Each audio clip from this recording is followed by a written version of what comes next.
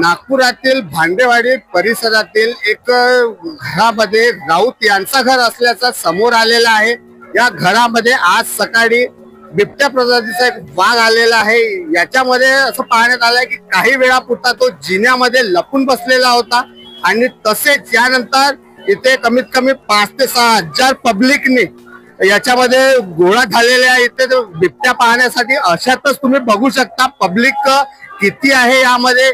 त्याचबरोबर पोलीस प्रशासनही या कारणास्तव लागून आहे। आतापर्यंत याच्यामध्ये पाहण्यात येत आहे की कुठल्याही प्रकार बिबट्याने सकाळी इथे वास्तव्य पकडलेलं आहे। यामध्ये घरी किती लोक होते काय होते याची प्राथमिक माहिती अजूनही समोर आलेली नाहीये। काही प्रथमदर्शनी व्हिडिओ बनवलेले आहेत थोड्या प्रमाणात। त्याचबरोबर तो कुठल्या घरामध्ये आहे तुम्ही तेही बघू शकता।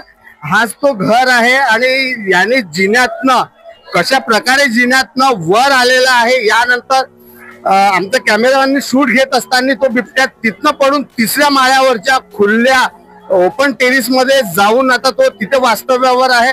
अशात आता फॉरेस्टवाले किंवा जंगल विभागवाले किती वेळात येतील आणि त्याला किती वेळात पकडण्यात येईल अशाच आपण पाहत राहूया। नागेश चित्रमारेसह उद्गार न्यूज।